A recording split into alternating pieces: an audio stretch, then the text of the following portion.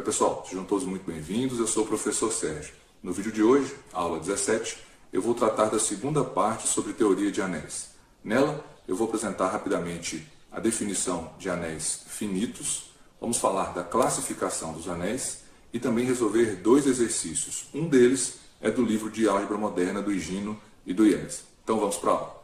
Eu começo com a definição de anel finito. Então, anel finito é simplesmente aquele anel A, onde o conjunto A, que determina esse anel, é finito. Simples assim, tá certo? Como exemplo, na aula passada nós vimos que o conjunto das classes dos restos módulo n, com as operações usuais de adição e multiplicação, é um anel. O conjunto Zn nós já sabemos que possui exatamente n elementos, do 0 barra até o n-1 barra. Então, esse anel é um anel finito. Nós vamos utilizar o anel Z4 com as operações de adição e multiplicação usuais, e especificamente a sua tábua para a operação de multiplicação, para ilustrar duas características clássicas da álgebra que esse anel não possui, porque os anéis que possuírem essas características receberão um nome especial. Então aqui está a tábua para esse anel com a operação de multiplicação. Então, por exemplo, 2 barra vezes 2 barra é 0 barra, porque 2 vezes 2 é 4 barra. E 4 barra em Z4 é igual a 0, tá certo? 2 vezes 3 é 6 barra. 6 barra em Z4 é igual a 2, porque 6 deixa resto 2 na divisão por 4. E assim sucessivamente. Então, essa é a tábua de Z4 para a operação de multiplicação. Para essa tábua, observe o seguinte.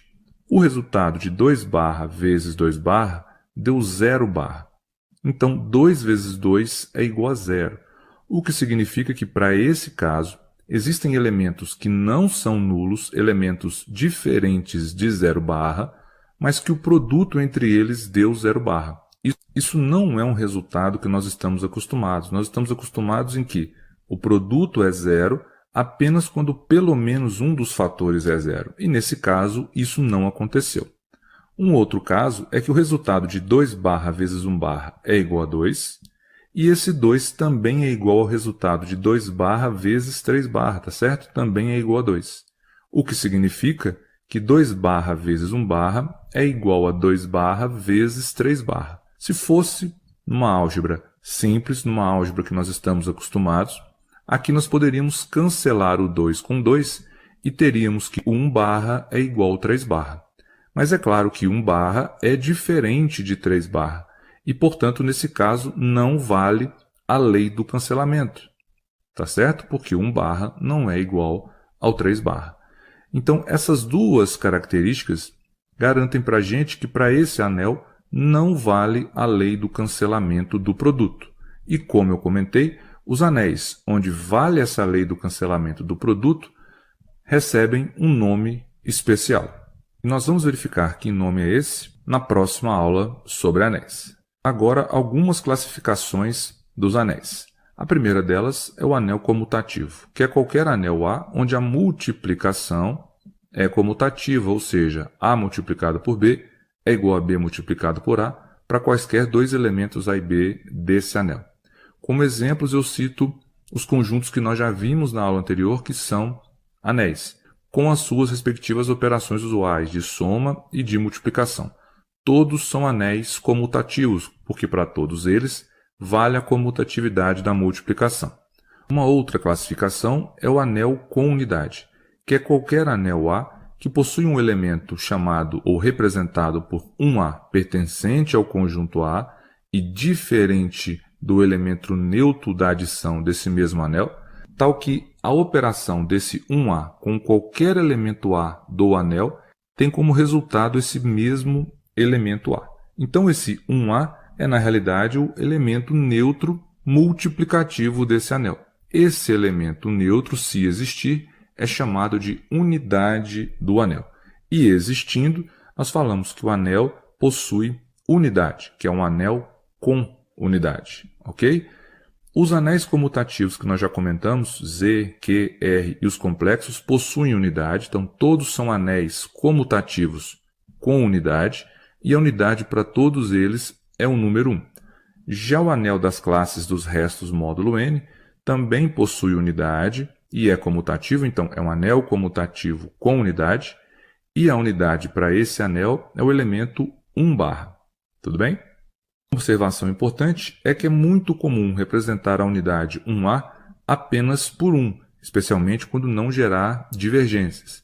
Como exemplo, o anel das matrizes de ordem 2, com entradas reais para as operações usuais de soma e multiplicação de matrizes, é um anel que possui unidade e que não é comutativo, porque nós já sabemos que as matrizes não comutam entre si. E falar que ele é um anel com unidade significa dizer que ele possui o elemento neutro para a multiplicação. Ou seja, ele existe um elemento, que vai ser a matriz identidade de ordem 2, que é o elemento neutro para a multiplicação de matrizes. Então, para esse conjunto, o 1, né, a unidade, é a matriz identidade de ordem 2. Bom, e aqui nós vamos mostrar que o conjunto A, formado por todos os números da forma 2x, onde x é um inteiro, ou seja, o conjunto dos números inteiros pares, é um anel comutativo sem unidade. Então a gente começa mostrando que ele é um anel. Para isso, como não foram indicadas operações, a gente considera as operações usuais de soma e de multiplicação nos inteiros, porque nós sabemos que os números pares são números inteiros, tá certo? Obviamente esse conjunto é não vazio, porque é o conjunto de números inteiros pares, e vamos tomar 3 elementos genéricos desse conjunto. Então existem inteiros x, y e z, tais que o a é 2x, o b é 2y e o c é 2e, porque tanto c quanto b quanto a são números pares. Se nós somarmos quaisquer desses dois números pares, por exemplo, a mais b, o resultado é 2x mais 2y. O 2 pode ser colocado em evidência, então fica 2 vezes x mais y, e o x mais y, como x e y são números inteiros, x mais y ainda é um número inteiro que eu chamei de k. Então, a mais b, na realidade, é um número da forma 2k, e todo número da forma 2k, onde k é inteiro, pertence ao conjunto A, porque ele é formado por números com esse formato, tá certo? Então, a soma entre A e B ainda é um elemento de A. Isso prova que esse conjunto, para essa operação de adição, né, é fechado. Continuando, agora a associatividade para a soma. A gente poderia aqui, para facilitar, apenas indicar que A, B e C são números inteiros, então eles herdam a associatividade para a soma do conjunto dos números inteiros. Eu prefiro aqui colocar no formato 2x, 2y e 2e, só para ficar claro que nós estamos utilizando aqui os formatos que os elementos precisam ter para estar no conjunto A, tá certo? Então, 2x mais 2y mais 2e. Como 2x, 2y e 2e são inteiros, nós podemos associar o 2x com o 2y e ficamos com esse formato. Agora, como 2x mais 2y é a mesma coisa de A mais B, nós concluímos que A mais B mais C é igual a A mais B mais C, ou seja, vale a associatividade.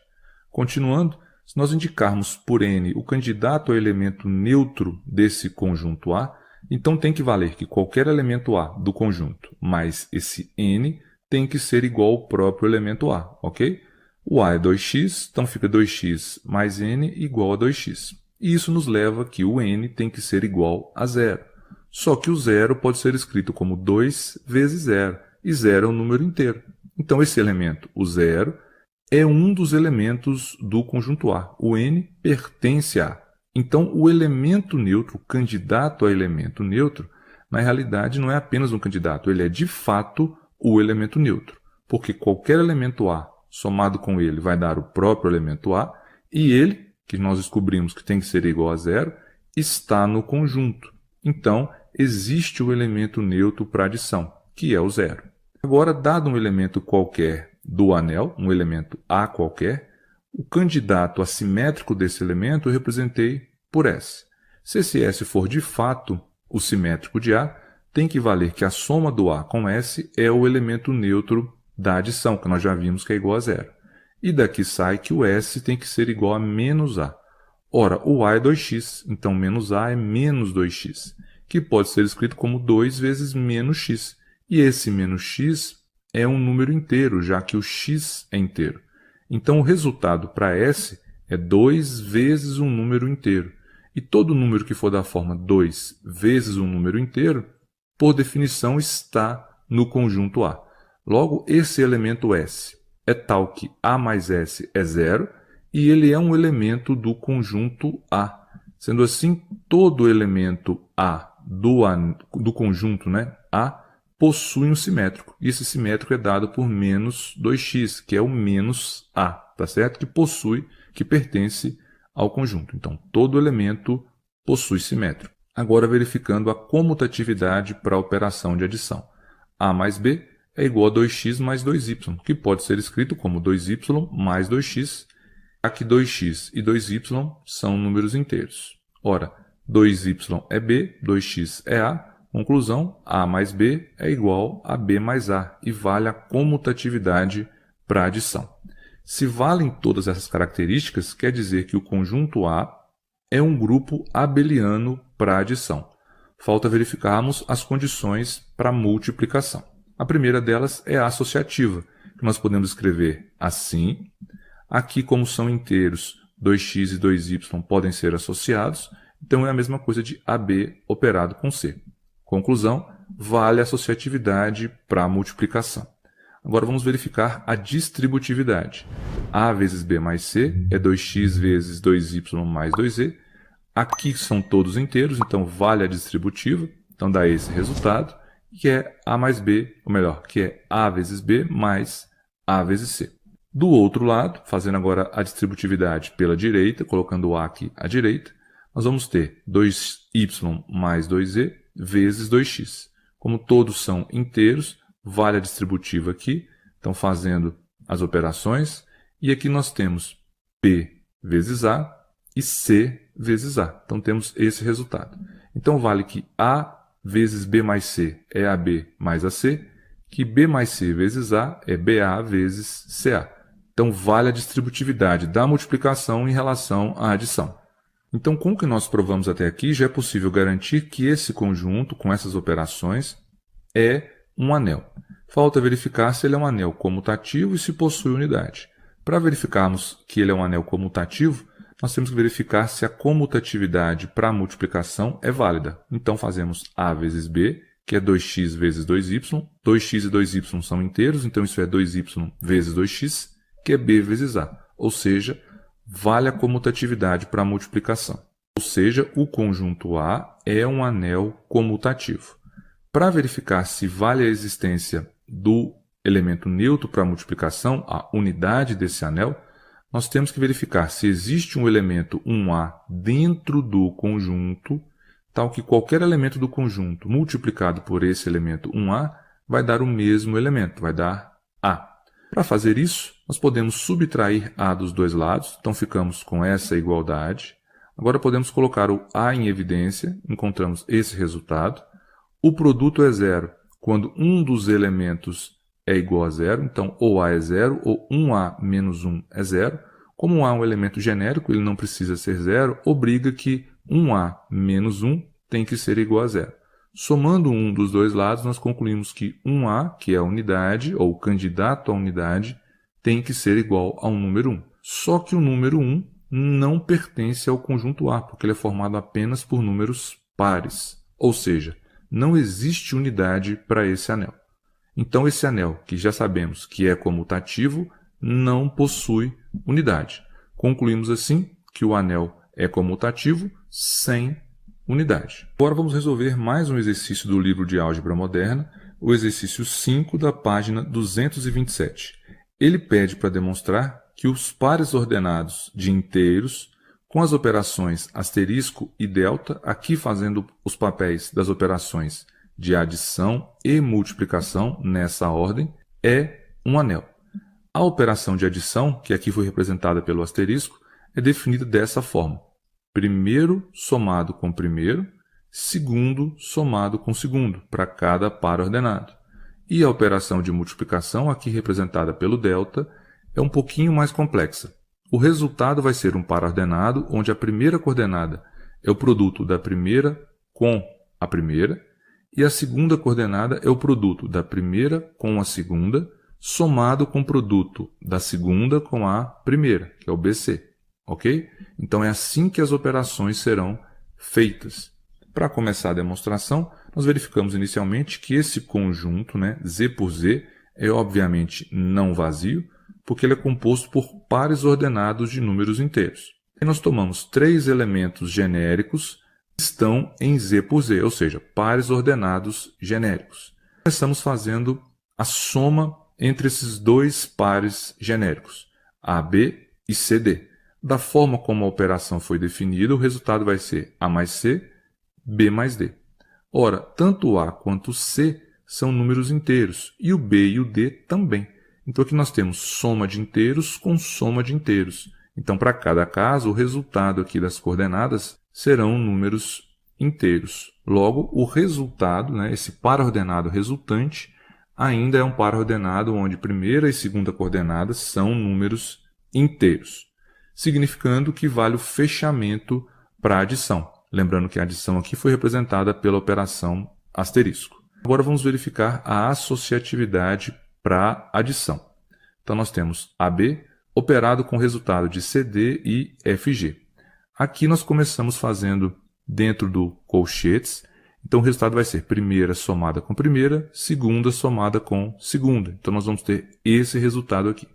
E agora temos um par ordenado, o AB, somado com esse outro par ordenado. E a soma de pares ordenados, nós já vimos, é o primeiro somado com primeiro, segundo somado com segundo. Então vai ser primeiro com primeiro, então A mais C mais F, e a segunda coordenada vai ser B mais D mais G, que é o que aparece aqui, tá certo? Esse resultado pode ser reescrito dessa forma, porque se nós operarmos esses 2 pares ordenados aqui, nós vamos ter A mais C mais F, que já está aqui, e B mais D mais G, que também já está aqui. Só que essa operação aqui é exatamente o resultado da operação de AB com CD operado com FG. Então nós concluímos que AB operado com o resultado de CD FG é igual ao resultado de AB com CD operado com FG. Isto é, vale a associatividade para a adição. Eu vou chamar de XY o par ordenado candidato a elemento neutro do conjunto Z por Z. Se ele for elemento neutro, tem que valer que AB somado com XY, no caso o elemento neutro aditivo, tá certo? O resultado tem que ser o próprio elemento AB. Só que a operação, a soma de AB com XY, foi definida como primeiro somado com primeiro, segundo com segundo. Então essa operação aqui nos leva a A mais X, B mais Y. E esse resultado tem que ser igual a AB. Temos aqui uma igualdade de pares ordenados, então as coordenadas correspondentes precisam ser iguais. Ou seja, A mais X tem que ser A e B mais Y tem que ser B. Dessas duas igualdades, a gente conclui que o x é igual a zero e o y é igual a zero. Então, para esse conjunto com essas operações, o elemento neutro xy é simplesmente a origem, é o par ordenado 0, 0. Esse elemento 0, 0 é formado por inteiros, então esse resultado, esse elemento, pertence ao conjunto Z por Z. Então existe o elemento neutro. Agora eu vou chamar de UV o par ordenado candidato a oposto ou simétrico de um par ordenado genérico AB de Z por Z. Se ele de fato for o oposto, significa que AB operado com esse candidato oposto tem que dar o elemento neutro da adição, que nós já vimos que é o par 0, 0. Então esse resultado tem que ser igual a 0, 0. Essa soma, AB operado ou somado com UV, por definição, é primeiro com primeiro, né, somado, e segundo somado com segundo. Então, A mais U e B mais V. Temos novamente uma igualdade entre pares ordenados, implicando que A mais U é zero e B mais V também é igual a zero. E daí sai que o U é menos A e que o V é menos B.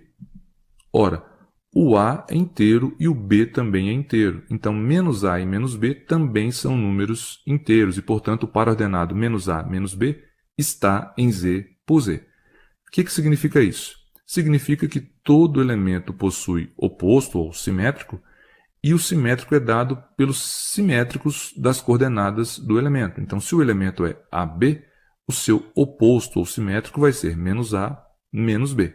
E agora, vamos fazer AB operado com CD. O resultado é A mais C, B mais D. Só que tanto A quanto o C e também o B e o D são inteiros. Então, A mais C é a mesma coisa de C mais A. E B mais D é igual a D mais B. Ou seja, esse resultado é igual à operação de CD com AB. Logo, AB operado com CD é igual a CD operado com AB, ou seja, vale a comutatividade para adição. Tá certo? Se valem essas características, significa que os pares ordenados de inteiros com a operação asterisco, aqui fazendo o papel da operação de adição, é um grupo abeliano. Falta verificar as propriedades que precisam ser válidas para a multiplicação, que nós chamamos aqui de delta. Coloquei uma colinha aqui para relembrarmos da operação delta, que é a multiplicação. Vamos verificar se é válida a associatividade. Então, vou associar primeiro o CD com o FG. Então, repito o AB, está aqui, e a associação de CD com FG, pela multiplicação que foi definida aqui pela operação delta, é primeiro multiplicado por primeiro, então CF, e primeiro vezes o segundo, que é CG, mais o segundo vezes o primeiro, então DF, que é o que está aqui. Agora nós temos a operação, a multiplicação desses dois pares ordenados. Mais uma vez temos que usar essa regra. Primeiro multiplicado por primeiro, então vai ficar A vezes CF, que está aqui, e depois primeiro multiplicado pelo segundo, então A vezes CG e A vezes DF, que são esses dois primeiros termos, mais o segundo multiplicado pelo primeiro, então B vezes CF, que é o que está aqui. Agora vamos inverter, vamos associar os dois primeiros pares e depois associar com o último, que é o FG. Aqui vai dar exatamente, a operação foi definida, operado com o FG. Então nós vamos ter primeiro com primeiro, então ACF, que já apareceu aqui, e para a segunda coordenada é o primeiro multiplicado pelo segundo, então ACG, que está aqui, depois o segundo multiplicado pelo primeiro, então ADF mais BCF, que também estão aqui. Verificamos que essas duas parcelas são iguais, então quer dizer que vale a associatividade para a multiplicação, relembrando que aqui está representada pela operação delta. Falta verificar a distributividade em relação à adição, à esquerda e à direita. Aqui, à esquerda, então nós temos aqui a distributividade, então o elemento multiplicado pela soma de outros dois elementos. Vou resolver primeiro essa soma dentro do parênteses, então vai ficar C mais F somado com D mais G, que é o que está aqui. Agora tem a multiplicação, né, desse par ordenado com esse. Da forma como a multiplicação foi definida, primeiro vezes primeiro, então vai ficar AC mais AF, que já está aqui, e depois primeiro com o segundo, então AD mais AG, também já está aqui, e segundo com o primeiro, então BC mais BF, que também está aqui. Então esse é o resultado. Fazendo agora a distributiva, né, pegando esse elemento multiplicado por esse, somado com esse elemento multiplicado por esse, para verificarmos se os resultados serão os mesmos, nós vamos obter isso aqui. Ó. Agora aqui nós temos esses dois produtos e os resultados estão sendo somados. Então aqui é primeiro com primeiro, depois primeiro com segundo, mais segundo com primeiro, que vai dar esse resultado. E a mesma coisa aqui para o AB operado com o FG, multiplicados, né? Primeiro vezes primeiro, então AF, primeiro vezes o segundo, mais segundo vezes o primeiro, então AG mais BF.